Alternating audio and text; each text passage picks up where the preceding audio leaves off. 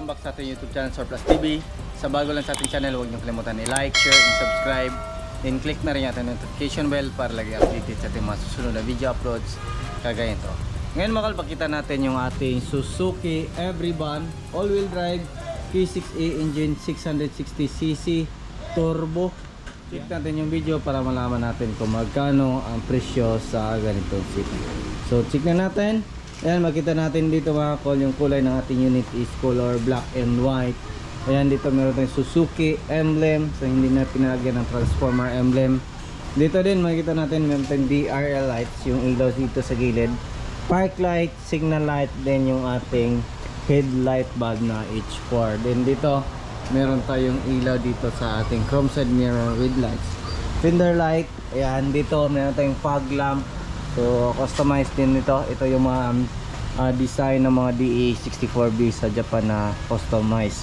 Yan, meron din tayong stainless na front bumper dito. Yan, ito yung design na napili ng ating owner. Complete LTO registered po yan mga kol.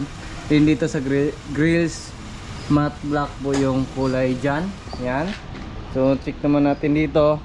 Ito meron din tayong customized na fender. So ito yung gusto ng ating client na meron siyang customized na fender para sakaling merong ayusin yung bumper, hindi na kailangan tanggalin lahat ng bolt. Ayan, diretso na. Then dito naka-lifted din yung ating unit, so 2 inches po yung lift nito mga kol. Then ito meron tayong 14 inches mag wheels, brand new mags, then brand new din yung ating gulong. So makita natin dyan yung size ng ating gulong is 165 by 65 R14 2023 manufactured yan mga kol. Ayan, brand new po yan mga kol. So dito meron tayong rain visor. Yan, so pinalagyan ng sticker ng ating owner. Yan. Then dito matte black yung gitna ng ating unit. Dito din meron siyang window trim na pinalagay. Ayan, so stainless po yan mga kol. Then dito meron siyang chrome handle kasi sa original ng ating mga DE64V is hindi po siya chrome. So basic lang po talaga siya. Then dito meron tayong gas tank cover, chrome din. Then dito pinalagyan ng ating owner na DE64V na Suzuki DE64V Sports na sticker yan. So pili yan ng ating client. So gusto nila na palagyan ganyan. Then dito din is fender. Dito sa likuran meron din tayong fender. Then dito meron, kinulayan din natin ng kulay red yung ating brake drum. Yan, mag-wheels din. Then dito is naka lift din ng 2 inches. So yung gamit natin na lift up is bakal talaga para hindi siya magda-down pag merong mabigat na hindi katulad ng rubber, kasi yung rubber is pang temporary lang talaga, hindi siya pang heavy duty. Yan yung spare tire natin nandyan sa ilalim. Yung dito meron tayong stainless na step cord.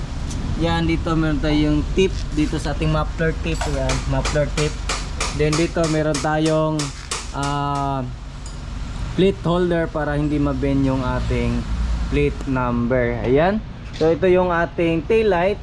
Ito yung ating park light at saka brake light, signal light, din ito yung ating reverse light. Ayan, makita din natin dito meron tayong dalawang camera. Yung isa is sa ating stereo, din isa yung sa dashcam. Ayan, nilagyan din ng stainless dito or yung chrome Suzuki emblem, third light, din yung sticker ng ating channel. Then yan, dito makita natin sa likuran pinalagyan ng ating owner ng third set. So magkabilaan po yan. At the same time pwede yung gawing storage box. So yan po yung position dito kasi high roof. So komportable po dito na po yung pasayro natin. Yan, pwede po siya dalawa, lalo na kung katulad ko yung laki ng uupo dito. Yan, yan po yung upuan natin, kasya po yung dalawa. So brand new din yung ating mating dito mga kol. Dito din makikita natin yung ating battery. Baklasin lang natin to yung ating mating. Nandyan po yung ating battery, meron yung volt dyan. Ayan. Then dito naka VIP yung ceiling. Yan po yung ceiling na gusto ng ating owner. Dito room light, ayan makita natin, ayan. So functional yan lahat. Then ito is meron tayong headrest, cup holder, dalawa. At the same time pwede natin yan i-fold para makita or kasya po yung 3 or 4 na pasahero dito. Ayan. So yung mga DA64B na mga captain seat, hindi ito katulad ng mga DA64W na pwede natin i-fold. So fix yan. Then fix yan, hindi pwede siya ma-move pero pwede siya i-fold para kung gusto natin gawing mini camper van, pwede po yan. Yan sa mga D64B na captain seat, plastic po yan lahat dito, nakabalot po yan.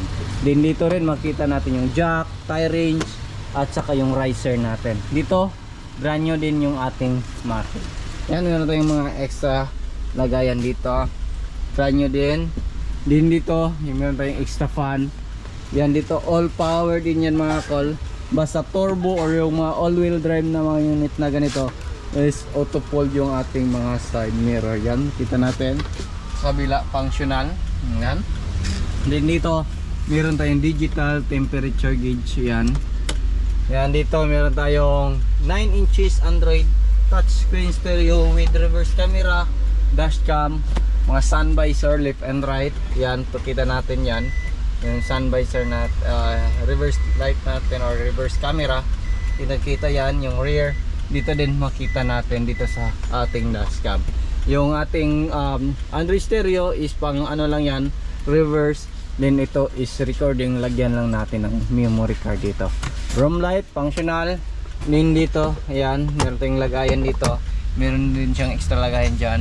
Meron din dito sa kilid ng door pads natin. Ayan. So dito meron din yung dashboard natin is back to original yung ating kulay. Nakita natin, very simple lang yung dashboard natin pero napaka ganda. Dito makita natin yung ating hazard switch, aircon switch, AC. Then yung blower switch natin. Yan. Din dito meron tayong lagayan dito ng cigarette filter. Then yan, makita din natin dito yung ating overdrive switch. Ayan, functional siya mga kol. Naka-under po yung ating unit. Ayan. Then dito sa mga turbo na unit mga kol, basta D64B na mga turbo is meron siyang RPM dito. Ayan. Sa mga non-turbo wala po siyang RPM. So ayan, dito armrest, headrest, then meron siyang cup holder dito, meron din siyang lagayan dito. Then dito rin makita natin meron tayong brand new mapping, and the parking brake pedal, then yung ating accelerator pedal. Then dito naka-plastic din lahat. Ayan, meron din siyang extra lagayan dito.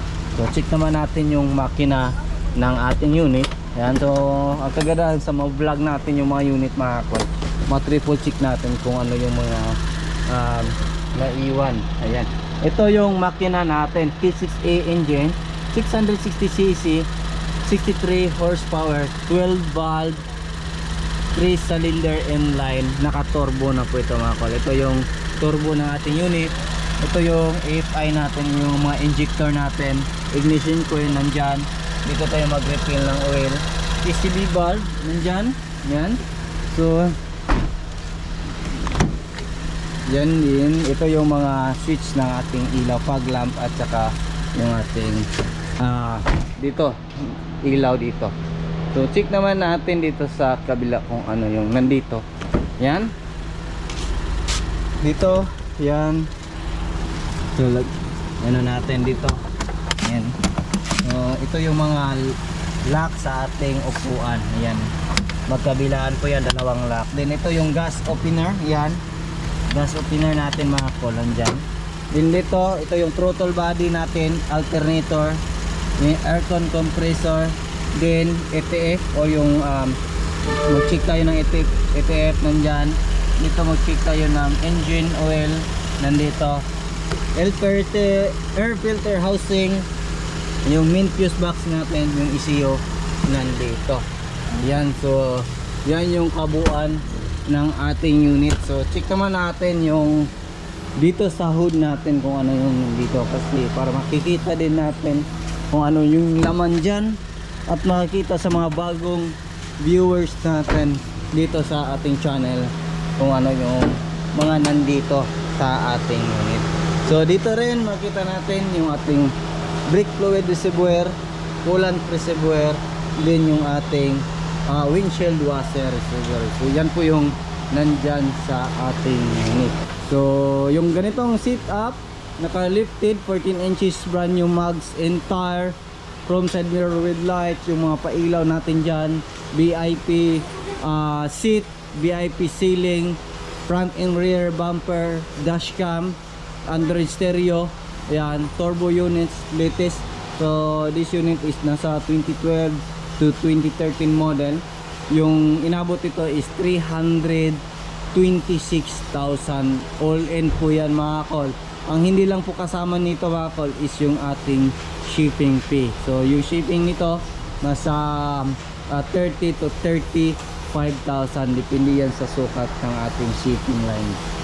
So yan po yung kabuuan, 326 all in po yan mga kol, kasama lahat ng accessories, pintura, buong unit, registration. Yan, kayo na yung mamili ng kulay kung ano yung gusto nyo. So yan lang muna yung ating vlog for today mga kol. Maraming salamat po sa inyong panonood. Sa bago lang sa ating channel, huwag nyo kalimutan i-like, share, and subscribe. Then click na rin yung ating notification bell para laging updated sa ating mga susunod na video uploads kagaya. Ingat po mga kol, and bye bye. God bless po sa ating lahat.